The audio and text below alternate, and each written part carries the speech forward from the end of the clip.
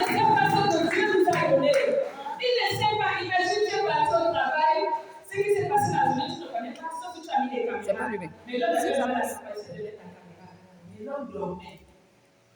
Dieu a dit à la femme, voici, voici, voici, voici, voici. Donc, quelque chose qui peut se passer, il faut qu'on dise au roi Dieu. Je suis ton Dieu. C'est pas une relation particulière entre Dieu et la femme. On dit toujours que ce que femme veut, Dieu veut. Parce que Dieu sait ce qu'il a dit. Mais de temps en temps, les femmes jouent aussi les places parce qu'elles savent que Dieu est de leur côté. Donc, quand tu sais que Dieu est avec toi, non, joue les places.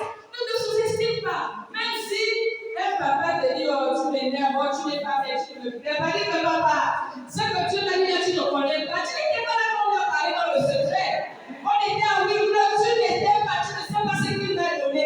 Donc souvent quand les femmes font les choses, les hommes sont souvent en train de voir, oh, mais ça s'est bien passé. Oh, mais on a eu le ministère de la femme. Oh, mais toujours quand on fait la fête de la femme, il y a le plus que quand on fait la fête de la femme. Il y a le plus que quand on fait octobre rose. Il y a le plus que quand c'est la fête des pères. Et quand la femme se lève, quelque chose se passe. Quand la femme voisine se lève, quelque chose se passe. Oh, femme voisine, lèvons-nous pour notre droit et pour notre autonomisation. je ne sais pas comment tu t'es réveillé, qui t'a dit que tu n'es lève ou tu n'es pas belle. Vraiment, c'est un détail. Vraiment, c'est un détail. Oui, c'est un détail. C'est un détail. Parce que quand il s'agit des droits de la femme, non, on n'a pas dit des droits de l'homme. Les droits de l'homme, c'est quand les femmes mélangées. Et on a une journée spéciale pour nous, on dit des droits de la femme. Donc, nous avons des droits. Avant, on n'avait pas ces droits-là. Maintenant, on a ces droits-là. Donc, on ne va pas rappeler que, oh, on a maintenant les droits qu'on n'avait pas. Quand tu as voulu avoir quelque chose pendant longtemps, tu as gueulé. Maintenant, quand on te donne ça, qu'est-ce que tu fais? Mais tu célèbres. Le monde entier doit savoir que ce que je cherchais depuis là, c'est là. Quand la femme se lève, quelque chose se passe. Femme voisine, Lèvons-nous pour notre droit. nous applaudissons pour les femmes de Ça, c'est pour le Cameroun, non? Pas devant, au moins. Non, pour le pagne. Aucun ennemi se met contre nous aujourd'hui. Une mauvaise parole n'aura un effet aujourd'hui. Nous commençons par l'hymne national. Vous savez que nous sommes dans notre essor vers la félicité. Donc, nous commençons par la concorde. On va faire le refrain du premier couplet. Nous tenons debout. Et après, on va faire la prière d'ouverture et la maîtresse de cérémonie va continuer. Donc, 2, 3, go. Unis à la concorde et la fraternité, éveille-toi Gabon, une heure se lève, encourage la mer, qui vibre nous soulève, c'est enfin notre sort de la félicité. C'est enfin notre sort de la félicité. Et puissante et fière, le jour sublime monte, pourchassant à jamais l'injustice et la honte qui monte encore et calme nos alarmes, qui prône la vertu et repousse les âmes unies dans la concorde et la fraternité. Éveille-toi, Gabon, une heure se lève, encourage la mer, qui vive nous soulève. C'est enfin notre sort de la félicité. C'est enfin notre sort de la félicité. femme poésienne. Je vais appeler le directeur commercial va se présenter, il vous fait l'honneur d'être avec nous. C'est un honneur pour nous de l'avoir ici à Boué. Donc, moi, Stéphane, merci pour sa présence. Tout à l'heure, on va lui donner le micro. Et avant de faire sa présentation, avant de faire sa projection, il nous parlera de lui. C'est important. Vous savez, si aujourd'hui, il y en a qui n'arrivent pas à aspirer à certains métiers, c'est parce qu'on n'a jamais parlé de ces métiers-là. On n'a jamais vulgarisé les métiers ou les postes qu'on occupe. C'est des grands postes. On se dit, oh, moi, je ne peux pas être directeur, moi, je ne peux pas. Mais il y a bien un parcours pour être directeur, n'est-ce pas? Donc, tout à l'heure, il nous parlera de lui, de son métier, avant de nous faire une belle projection. C'est important. Voilà. Donc, la SG. Sous vos applaudissements.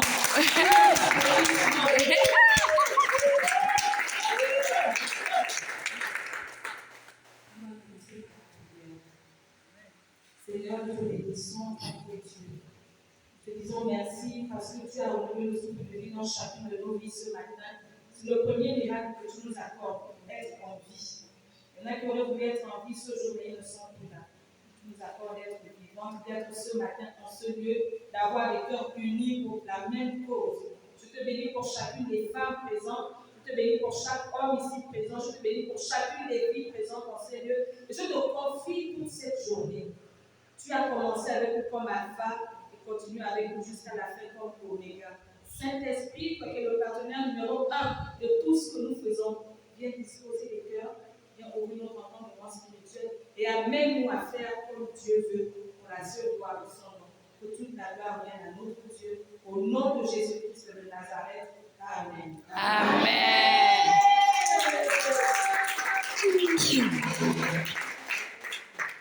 Oh, je n'ai pas bien filmé, maman.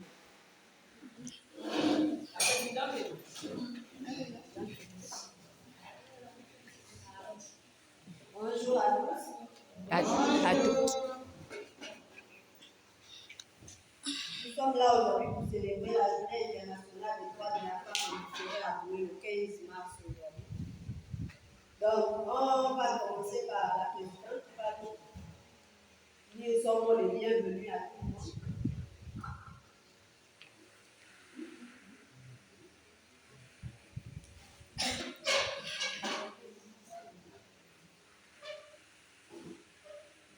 Femme bouésienne. Lèvons-nous pour nos droits et notre autonomisation.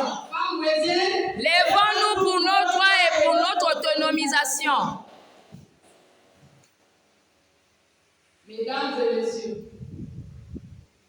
les membres conférenciers, chers invités, nos chers enfants, je commencerai ce propos par remercier Dieu qui a permis que nous nous retrouvions ce matin dans cette salle. En ce jour exceptionnel, nous voici rassemblés pour célébrer la journée internationale des droits des femmes. Nous, femmes bouésiennes, la célébrons en différé ce samedi 15 mars 2025 sous le thème des violences basées sur la jeune fille en milieu scolaire. Dommage que les enfants ne sont pas là. Je dirais que lorsque les portes de l'égalité des chances sont ouvertes aux femmes et aux filles, tout le monde y gagne.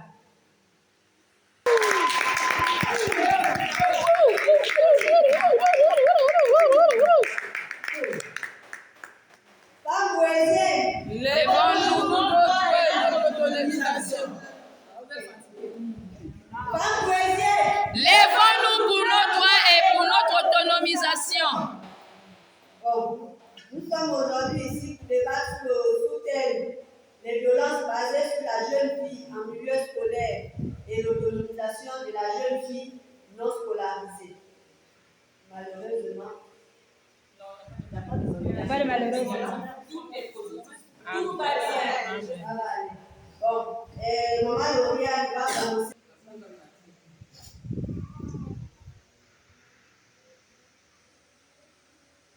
Donc, M. Machoura va commencer avant. Après, Maman Lauriane prendra la suite. Veiller à les témoignages. Le mot d'encouragement à Maman Diane. Questions-réponses pour ceux qui auront des questions. Fin de la conférence. Après, on sort d'ici, on va visiter les stands. Il y a des stands exposition, vente. Et après, on fait des photos et on commence les ateliers d'apprentissage.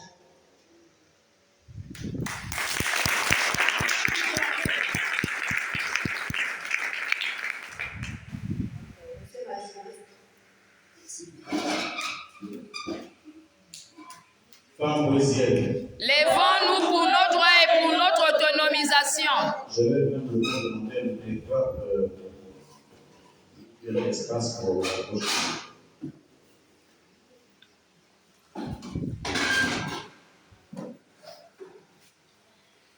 Femmes brésiliennes. Levons-nous pour nos droits et pour notre autonomisation.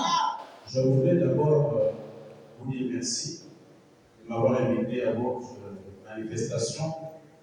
C'est un signe d'honneur, d'encouragement. Et cela témoigne également de l'importance que les femmes brésiliennes apportent à leur joie. C'est important de s'approprier même la notion des droits des femmes. Parce que beaucoup de femmes sont dans l'ignorance. La Bible dit, mon peuple périt faute de connaissance. Donc, nous sommes aujourd'hui le 15 mars, nous célébrons en différé la journée internationale des droits de la femme. Alors, le thème international de cette journée est pour toutes les femmes et les filles, droit, égalité et autonomisation. C'est le thème que la communauté internationale a décidé d'aborder pour l'édition 2025. À côté de ce thème international, le ministère en charge de la femme, dont je représente ici, a également trouvé un thème national. Le thème national est le suivant: intensifier la lutte contre les violences basées sur le genre pour plus d'autonomisation de la femme et de la jeune fille. Ça, c'est le thème national que notre pays a déduit du thème international. Mais pour bien cerner ce thème national, nous, sur le plan provincial, nous avons dit cette année qu'on va se focaliser sur un sous-thème, donc celui fait sur les violences faites aux femmes. D'accord? Donc ce matin, je vais vous entretenir sur les violences faites aux femmes. Parce que c'est vrai que moi j'ai envie de trop faire la différence entre la femme et la jeune fille. Tout ça, c'est le genre féminin. D'accord? Quand je dirais allô, allô, vous direz j'écoute. Allô, allô? J'écoute. Merci. Donc, voici le thème que nous allons débattre ce matin. Alors, pour ceux qui ne me connaissent pas, je suis M. Mathurin Guéman. Ma formation professionnelle initiale, je suis psycho-éducateur. Nous sommes des psychologues même à un échelon plus pratique. Et la fonction que j'occupe dans la province de l'Ogoyédo, je suis directeur provincial de la famille et de la promotion de la femme. Alors, c'est la fonction que j'occupe. Donc, vous comprenez que même si je suis le seul homme de la salle, je suis dans ma carrière, dans ma fonction, dans mon office. Donc, je suis chez moi et je suis très heureux d'être parmi les femmes ce matin parce que je défends la cause de la femme. Bien.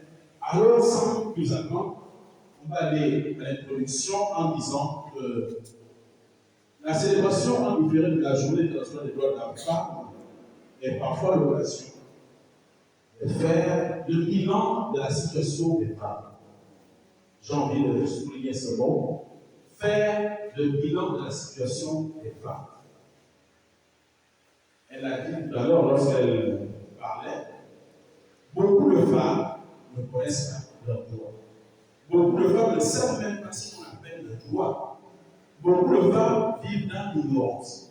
Alors, cette journée est l'occasion propice qui vous est réservée pour vous asseoir, pour réfléchir, pour regarder, est-ce que nous, femmes poésiennes, nous avons des droits?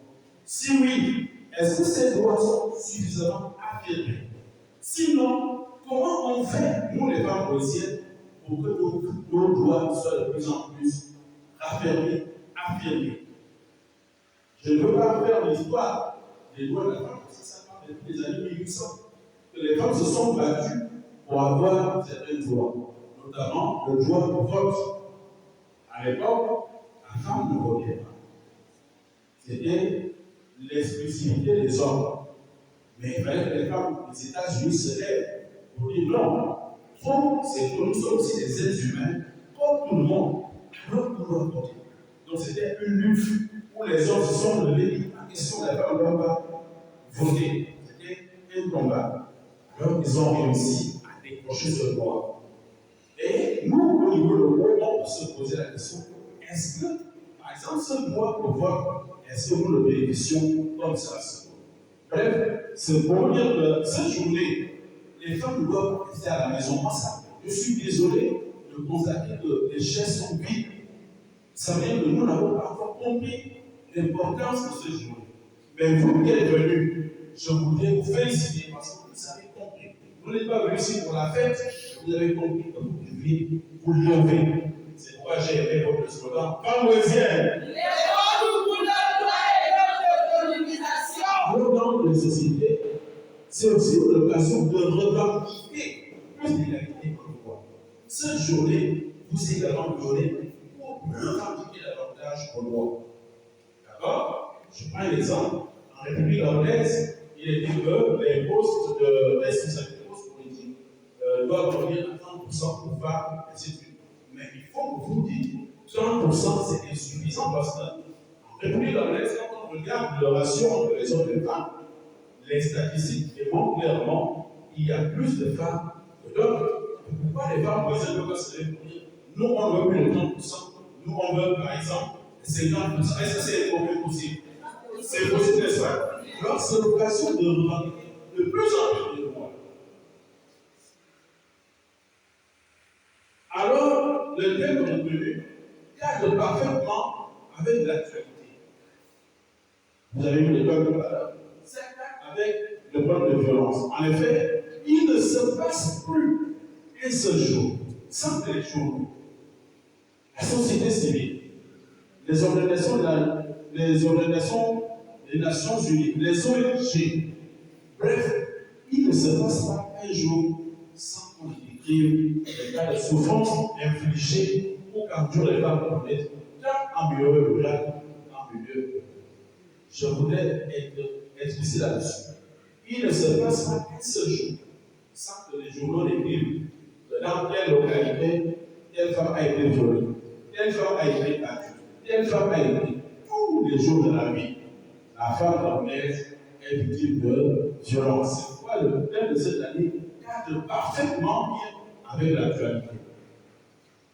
Je ne sais pas si on s'entend. Alors, j'écoute.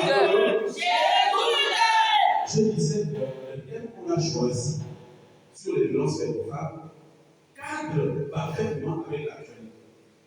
Je suis sûr que pendant que nous sommes dans cette salle, il y a une femme qui est en train d'être battue quelque part, son bien c'est sûr, n'est-ce pas? Il y a une femme qui est en train de discuter quelque part.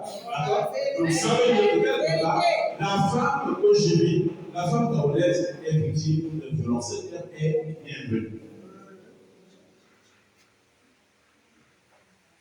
Dans notre présentation, nous allons d'abord définir le concept de violence. On va d'abord voir ce qu'on appelle la violence. Nous verrons ensuite les différents types de violence et nous terminerons par voir les formes de violence qu'on a recensées.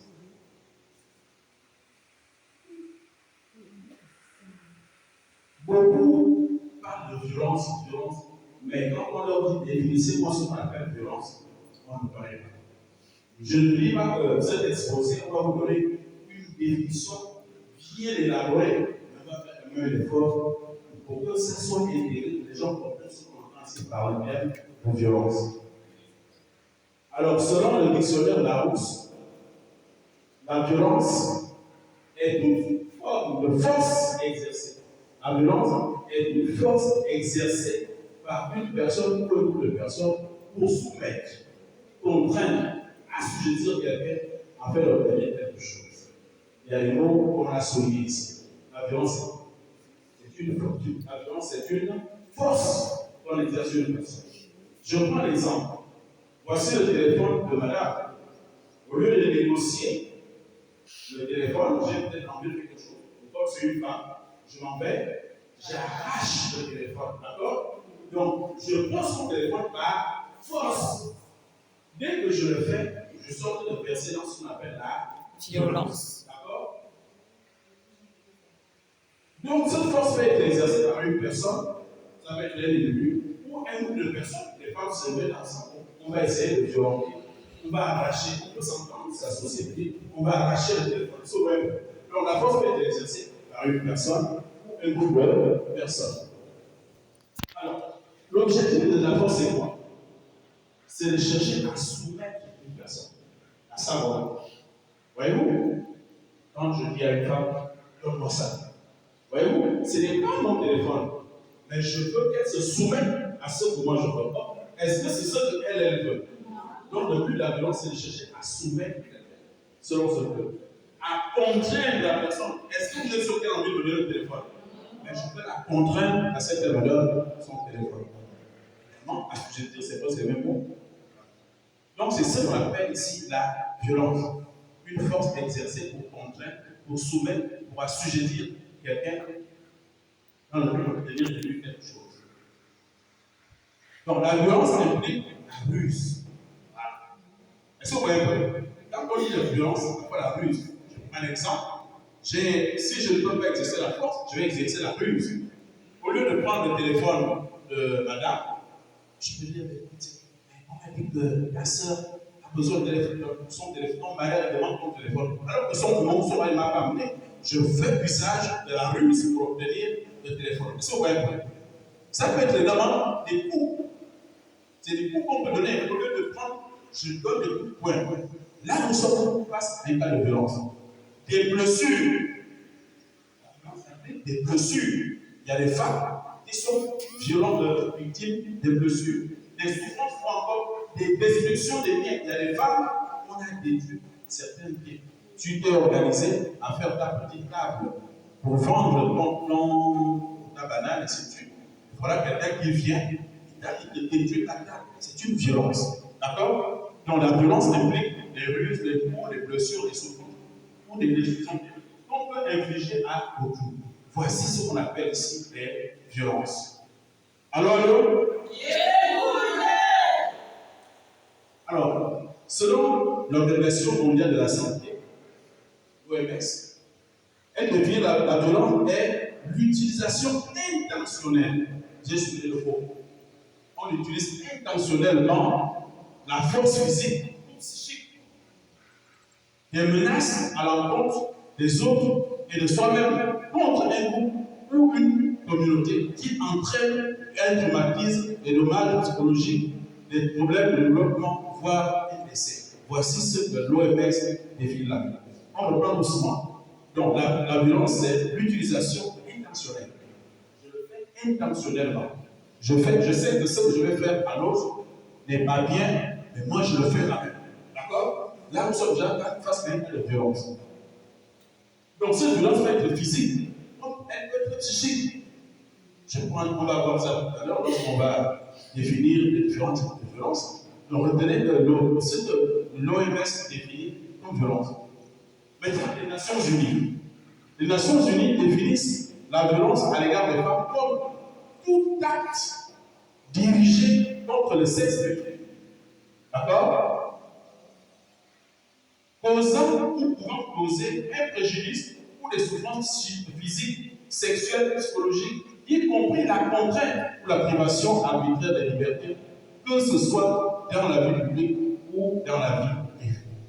Voici comment les Nations Unies ont défini les violences. Tout acte dirigé contre un être féminin. Est-ce qu'on a parlé des hommes là? Donc, les Nations Unies ont dit que tout acte qui est dirigé contre une femme pouvant causer un préjudice avec une souffrance morale, physique, sexuelle. C'est ce qu'on appelle ici des cas de violence. On va dire que la violence est celle qui conduit à la négation de l'autre. La négation, c'est quoi?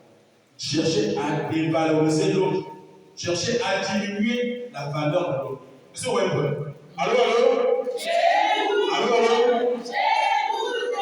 Retenez que la violence, son objectif, c'est de chercher à dévaloriser la personne. Je vois cette femme bien habillée, mais intentionnellement, je vais chercher à la dévaloriser. Je vais lui dire devant les gens, ça c'est même quoi? Qu'est-ce qu'elle a même porté là? Et pendant que je le dis, j'exerce une forme de violence. Le but que je cherche ici, c'est de chercher à dévaloriser le moral de l'autre. Est-ce que vous voyez? Bien. Alors, rapidement, essayons de voir maintenant les différents types de violence. Il y a plusieurs types de violence. C'est-à-dire que tout le monde parle de violence. Ce matin, je voudrais que, dans cette salle, lorsque vous allez sortir ici, que vous soyez capable d'identifier le type de violence. Allô?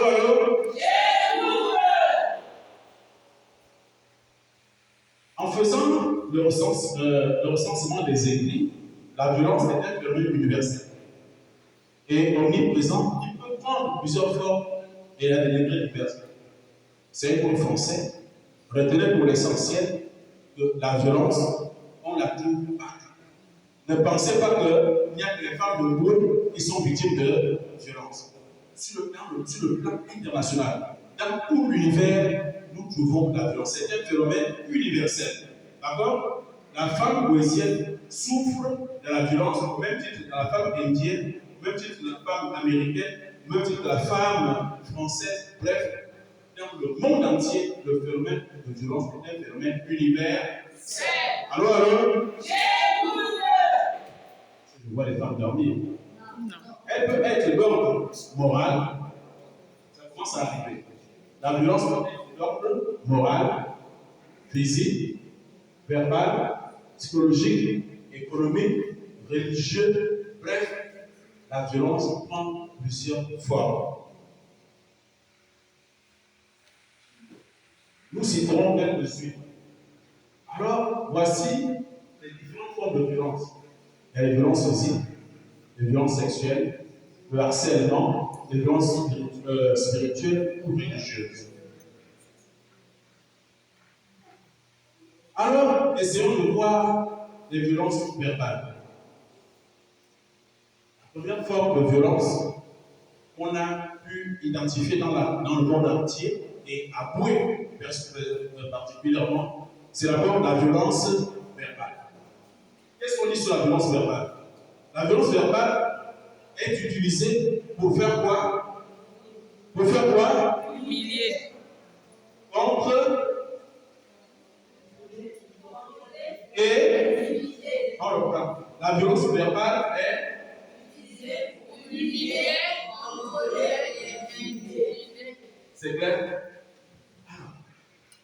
Cette forme de violence comprend entre autres les insultes. D'accord? Vous m'excusez parce que j'ai employé des mots, mais c'est ça que nous faisons pour eux. Merci, putain, bref, bordel, l'utilisation de langage grossier, injuriant, des cris, des critiques. Alors, vous devez comprendre que le premier type de violence que nous rencontrons dans le monde entier, ce sont les violences verbales. Il peut arriver que tu ne touches pas l'autre. Qui peut venir dans la salle ici, qui n'a jamais insulté quelqu'un? Celui qui n'a jamais insulté, qui lève le doigt. Vous voyez? Celui qui n'a jamais crié sur une personne, lève le doigt.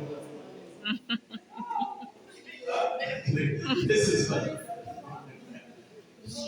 Donc, voyez-vous que tous les jours, alors, j'ai vu des doigts se lever. Ça veut dire que nous sommes tous des hommes et des femmes violents. D'accord? Nous violentons les autres verbalement.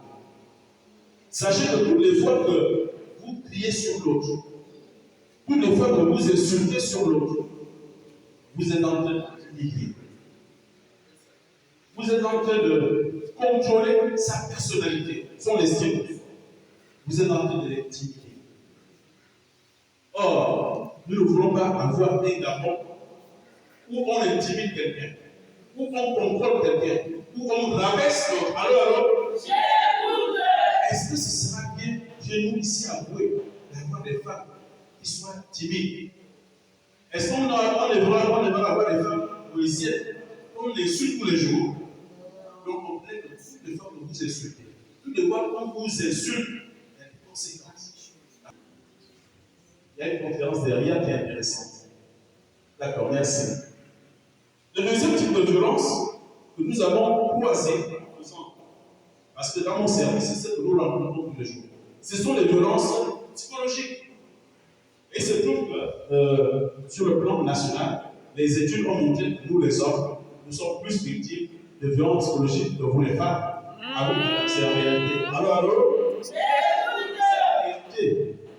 La violence psychologique se traduit par des attitudes, des comportements qui visent à dénigrer une personne de manière à la maintenir dans une posture d'infériorité.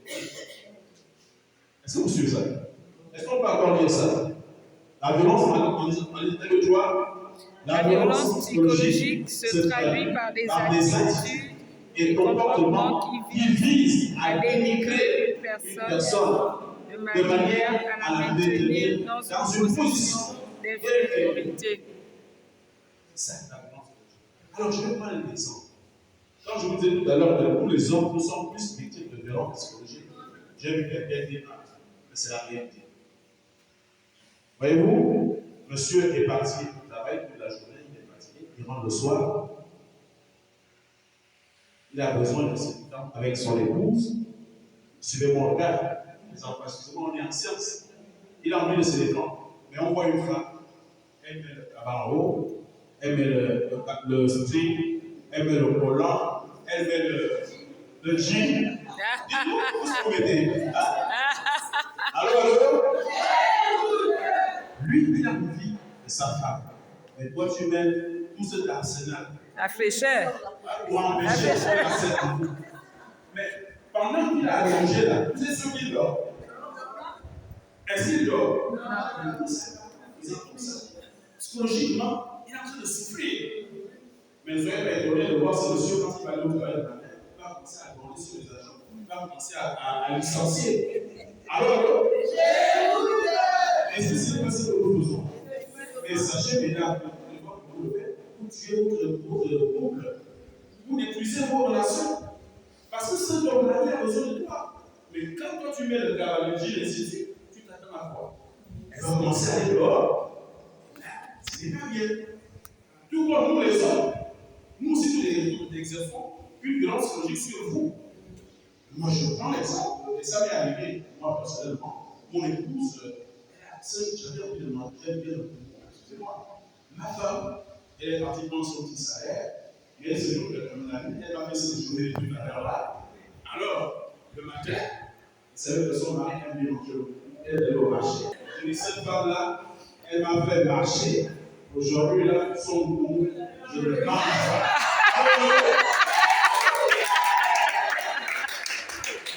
Alors, je suis rentré dans ma chambre. Elle a préparé un plat. C'est le riz. C'est la vie que je puisse manger. Donc, j'ai préparé le plat. Alors,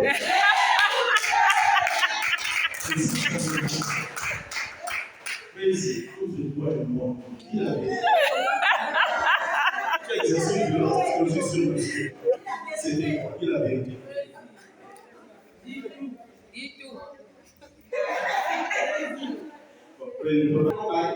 L'amour vient de l'église. Il ne parle même pas, mais le silence qu'il garde, c'est toi qui sauves. Preuve. Toutes les fois, la violence psychologique est une violence qu'on doit bannir.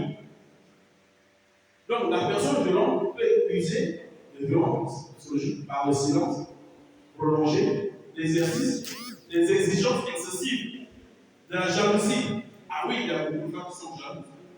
Le chantage, de la manipulation, de l'humiliation, des reproches, des sarcasmes et des désordres des hommes. Toi, viens ici, toi, fais comme ça. Tout ça, nous sommes en train d'exercer une forme de violence. C'est pourquoi je vous disais que c'est la violence la plus dangereuse. Et je vais vous dire que la violence psychologique entraîne parfois le cas de suicide. Bravo. Il y a une femme qui peut même te dire, tape-moi, ne m'humilie pas, ne fais pas ce que tu fais. Parce que la violence psychologique, ça travaille plus. Et je vous ai dit que la majorité des cas des AVC que nous avons chez les hommes sont dus aux violences psychologiques. Alors, la violence sociale vise à isoler socialement une personne pour mieux établir son contrôle sur celle-ci. Est-ce que vous ne voyez pas ça? Tu vas épouser ta femme. Ma femme ne doit pas venir dans les associations. Alors, nous les autres, tu ne peux pas sortir. Mais il y a une communauté qui est plus de violence sociale. C'est quelle communauté? Il y a une communauté ici à Pau qui est plus victime de violence sociale. Pour les femmes, les musulmans, ce n'est bien que c'est vous.